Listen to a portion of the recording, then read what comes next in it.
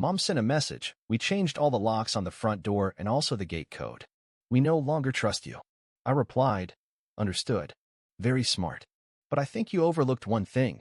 Then I canceled the $4,800 mortgage I'd still been paying, even after they said my sister deserved the house. 2 days later, their lawyer emailed.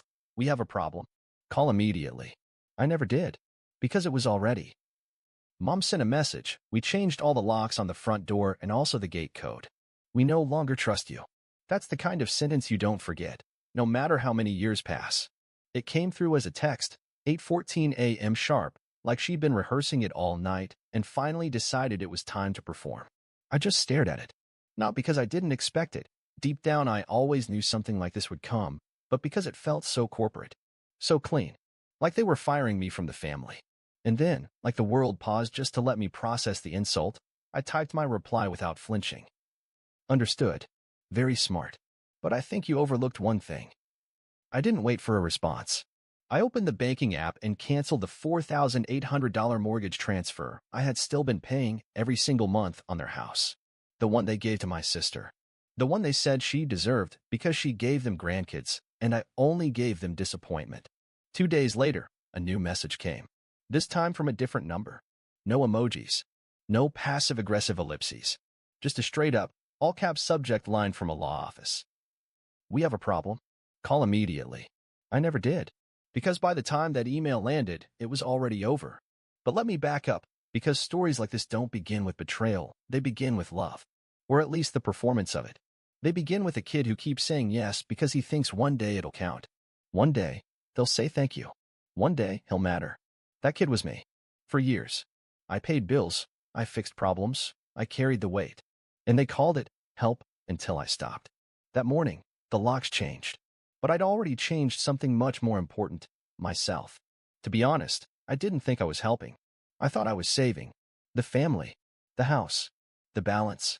If someone had asked me back then, I'd have said, I'm just supporting. I can afford it. But it wasn't just anything. I'd been paying their mortgage for nearly 4 years.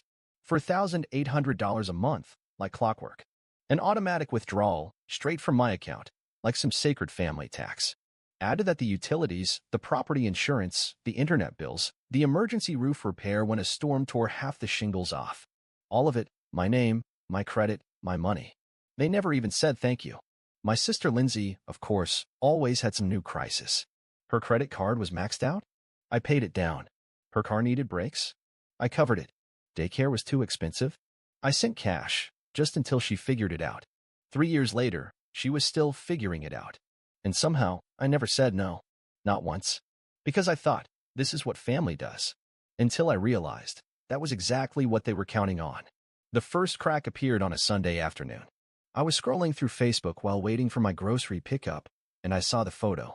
Lindsay, my parents, the kids, all standing in front of the house I was paying for, holding a sign that read, Home Sweet Home, a gift from Lindsay. The caption from my mother read, So proud of our daughter for building a future we can all share. This home is in the right hands. I had to reread it. Lindsay's house? The right hands? There was no mention of me. No tag. No photo credit. Not even a passing, we're grateful for Alex's support. Just them. Smiling. On a porch I paid for. The comment section was a circus of emojis. Hearts. Clapping. Wow, she's such a strong woman. You're lucky to have her. She's such a rock for your family. Even my aunt commented. Lindsay, you deserve every inch of that house. I wanted to throw my phone, but I didn't. I just stared at it, like a bruise I wasn't ready to touch yet. A few days later, I called the bank to confirm something, just to make sure the mortgage was still under my name. It was. But then the woman on the phone said, casually, Looks like there was a request submitted last week to change the primary contact to a Miss Lindsay Carson. My heart stopped. They didn't finish the verification, she added, but the documents are in progress. I ended the call without another word. Then I checked my statements, and that's when I saw it. An extra $2,400 missing from my checking account. A transfer to a card I hadn't authorized. I knew that number. Lindsay's emergency visa. The one I once bailed out during her temporary unemployment 2 years ago. I texted her. Calmly. Me. Did you use my card again? Lindsay. Don't make it a thing, Alex. We needed groceries and the kids needed shoes. I thought we were still sharing that one. Me. No, we weren't. She didn't respond. But my mother did. Mom, honey, Lindsay is going through so much right now. She said she'd pay you back. Let's not start a war over a few dollars. Few dollars? $2,400 is a few dollars when it's me. But Lindsay misses a phone payment, and it's a crisis. Then came the group chat.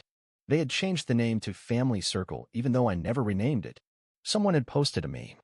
A man handing over his wallet with the caption, Big Brother Energy. Pay now, ask never. My cousin replied, Tag Alex. Then another. Yo, can we get you to cover my student loans too? Even my dad jumped in with, only if you rename your kid after him. Gotta keep the donor happy. I stared at my screen. No one was defending me. Not even a joke to balance it out. I left the chat. They added me back. I left again, then blocked them all. But none of it compared to what happened that Friday. I was mowing the backyard, the same yard I'd been maintaining for 3 summers because, in my father's words, it's not worth hiring anyone when you're around anyway. The mower sputtered, and I stopped for a water break. The kitchen window was open. That's when I heard them. My mother and Lindsay. Their voices were clear, sharp, effortless, like this wasn't even the first time. Lindsay, laughing. Did you see his face when I told Aunt Karen the house was mine? He didn't even blink. Like a puppy just happy to sniff the plate. Mom, giggling. It's almost done. Once the paperwork's through, he won't be able to say a thing. He's the one who insisted on keeping it in his name. That's on him. Then Lindsay again. Honestly, it's better this way. He's always been distant, like a guest with a wallet. And then the words that finally did it. Mom, he's not family anymore. He's just a sponsor. I didn't move. I stood there with the bottle in my hand, letting the water run down my fingers like blood. I felt it. The end of whatever illusion I'd been clinging to. Not family, just a sponsor. They didn't know I was listening. They didn't see me walk away. But that moment, that line, it broke something that had been cracking for years. And I swear to God, something new began to form in its place. Not anger, not grief, just resolve. They didn't expect me to show up. The invitation came in a stiff white envelope. Gold trim. Embossed letters. Please join us to celebrate Elizabeth Carson's 60th birthday. No signature. Just from your family. 60 guests. Big venue. Full catering. A slideshow, I was told. A legacy event. I didn't RSVP. I didn't call. I just circled the date in red. And I prepared. 3 days before the party, I printed a document. $211,723.84. Total financial contributions, mortgage, utilities, repairs, insurance. Each line item with a date, a purpose, and a copy of the bank transaction. I put it on a USB drive, along with the audio from the open window. He's not family anymore. He's just a sponsor. Screenshots from group chats calling me a wallet. Photos of receipts. The email where my sister submitted paperwork to have the house transferred entirely to her name. If the house was hers, then the debt was hers too. I texted my grandfather that morning. He didn't reply. I didn't need him to. The venue was exactly what I imagined. White linen tables.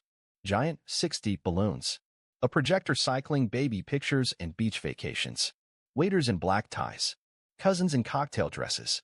And my mother in an emerald green gown standing in front of a sign that said, "A house is not a home without family." I nearly laughed out loud. I arrived 10 minutes late on purpose. Heads turned when I walked in. Some smiled. Some stiffened. Lindsay caught my eye, blinked twice, then forced a grin and turned back to the crowd. I didn't wave. Didn't speak. Just took a seat at the back. They didn't waste time. Lindsay gave a speech first. Talked about sacrifice. Love.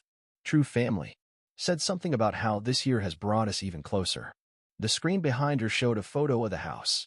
The caption, "Built with love, passed down with purpose." No mention of me. Then came the toast. My mother took the mic, dabbed her eyes, looked around the room like a queen delivering her final blessing. I'm proud of my daughter, Lindsay. She's shown what legacy truly means. And I'm grateful that this home, our home, will stay in the right hands. Applause. Smiles. Until I stood up and walked slowly to the microphone. I wasn't going to say anything tonight, I began, calmly. But since we're talking about legacy, let's do the math.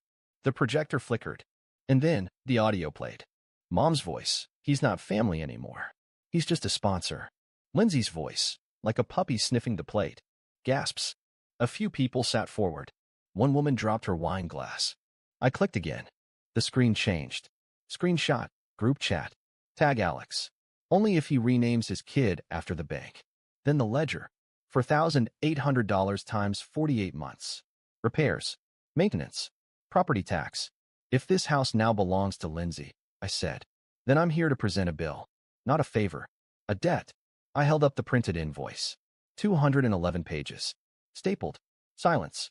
Then, are you serious? Lindsay shouted. Dead serious, I replied. Unless you want to call it theft. It was a gift. My mother snapped. Funny, I said, stepping closer. I didn't sign a gift certificate. I signed every check. My father stood up like he might lunge. I turned to him. Want to talk about the loan application you filled out using my name as a cosigner without telling me? Because I've got that too. He sat back down. That's when the door opened. And in walked my grandfather. He didn't say a word at first. Just walked straight to the front of the room. All 60 guests watched as he picked up the microphone, looked around, and spoke slowly. You raised a thief, he said, looking at my father. And a coward. You tried to bury his son in silence. But the thing about mud is, it doesn't hide footprints for long. He looked at me then. The trust is yours now, he said. The one your father tried to redirect. I changed it last week. Lindsay's name has been removed. Completely. Gasps again. My mother's face cracked. Lindsay's knees buckled. She grabbed the back of a chair to steady herself. You want legacy? Grandpa said, looking straight at them. Earn it. The hard way. He dropped the mic, literally, and walked out. I placed the printed invoice on the gift table, next to a pile of boxed wine and family photo albums. You changed the locks, I said, loud enough for the back row to hear. I changed my future. I'm not your donor. I'm your debt collector. And then I walked out. Didn't stay for cake. Didn't shake hands. Didn't look back. The party was over. And so was the lie. The next morning, I woke up to 57 unread messages. The first was from my mother. You humiliated me. On my birthday. You made a mockery of your own blood. Then my father. I don't care what you think you're owed.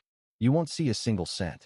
Then Lindsay, silent as always, posted a black screen on her Instagram story. Some wounds come from those who were supposed to heal you. The comments under her last photo were a parade of vague sympathy. You don't deserve this. Stay strong, mama. Family will destroy you faster than strangers. None of them knew she'd called me a wallet behind a closed window. None of them had seen the invoice. But someone else had. 2 days later, I got a call from an unknown number. I answered out of pure curiosity. Mr. Carson, the voice said, calm and crisp. My name is Daniel Moore. I'm an attorney representing your parents. I'd like to discuss a potential financial resolution. I didn't speak. They're not looking for a lawsuit, he continued. They want this to go away. Quietly. No press. No social media. In exchange, they're willing to offer a settlement. I leaned back in my chair. Let me guess, I said. Half the amount I'm owed, in exchange for silence. A reasonable amount, he said, given the informality of the arrangement. I almost laughed. Daniel, I said, I have every receipt. Every deposit. I have audio of them mocking me. I have their voices on tape admitting what they did. I'm aware, he said stiffly. That's why we're calling. Then here's what we'll do, I said. Full repayment. Every cent. Or I file a public claim and attach the audio as evidence. You've got 72 hours. He paused. Understood. I'll be in touch. Exactly 72 hours later, the wire hit. $211,723.84. Labeled, reimbursement settlement. No further liability acknowledged. It didn't come from my parents. Not even Lindsay. The sender was a private business account registered to someone I didn't recognize, probably a loan shark or a panicked friend of my father's. That made it even better. I printed the transaction, filed the paperwork, saved it 6 different ways. I didn't reply, didn't thank them, didn't say a word. I wasn't there to make peace. I was there to be paid. A week later, I posted a video. Clean background. No anger. Just clarity. Some people say closure is about forgiveness. For me, closure came with a wire transfer. $211,723.84. The price of 4 years of silence, obedience, and financing someone else's fantasy.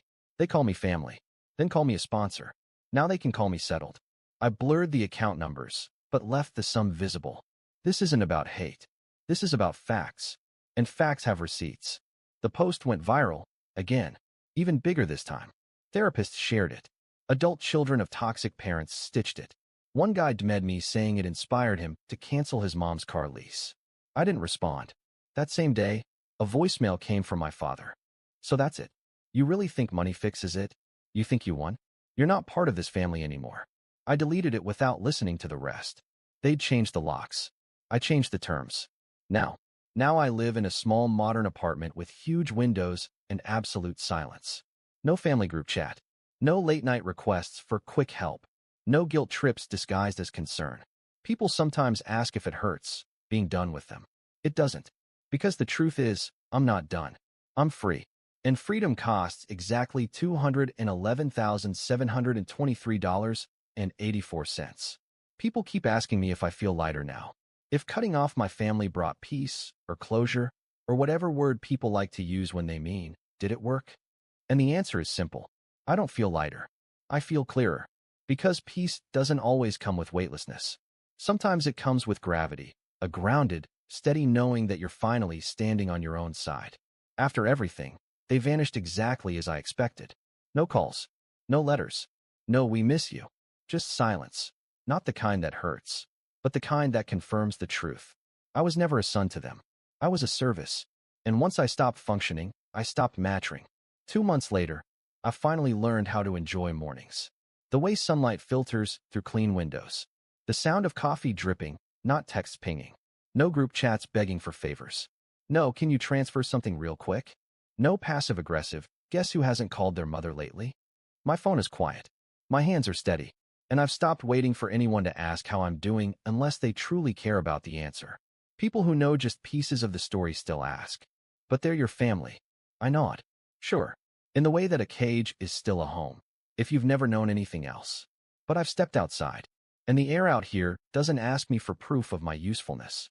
I don't tell the full story anymore unless someone's earned it. There's no thrill in retelling trauma. Only fatigue. So now, when people ask why I'm not close with my family, I just say, I stopped mistaking access for love. That usually shuts them up. I used to check my old accounts just to see if they tried to reach out. They didn't. Not once. No apology. No explanation. Not even a guilt trip disguised as concern. Just total silence. Like I was never there. Like $211,723.84 of my life had been an administrative error they corrected by erasing me. Fine. Let them pretend. Pretending is what they're best at. The worst part? They probably think I still care. That I'm out here stewing in anger, waiting for an apology, secretly hoping they'll change. I'm not. I've seen them for what they are. And when the mask slips that far, you don't wait for it to go back on. You walk away. You don't check the rear view. Forgiveness? No. That's a word people throw around like a blanket when they're cold with guilt and want your warmth without earning it. Forgiveness requires acknowledgement, responsibility, regret. They offered none of that. So I offer nothing back. My therapist once asked me, what would you say to them now if they were in front of you? And I thought about it. I sat in that chair, breathing slowly, trying to imagine their faces, those familiar masks built from years of denial and manipulation. And I said, nothing. I wouldn't say a single thing. Because saying something implies they still have access. And they don't. There is no key anymore. No emergency contact. No bank account with shared permissions. No number saved just in case. I deleted every trace of them from my life. Not out of spite, but out of necessity. Survival is quiet like that. It doesn't come with fireworks. It just comes with locked doors and clean slates. Sometimes I imagine they tell people I cut them off over money. That I was always distant. That I lost it. Sure. Let them. Let them keep their versions, soft-edged and flattering, where they're victims of the ungrateful child who dared to say no. They need the fiction. I have the facts. Facts don't beg. They don't whine. They don't tremble under scrutiny.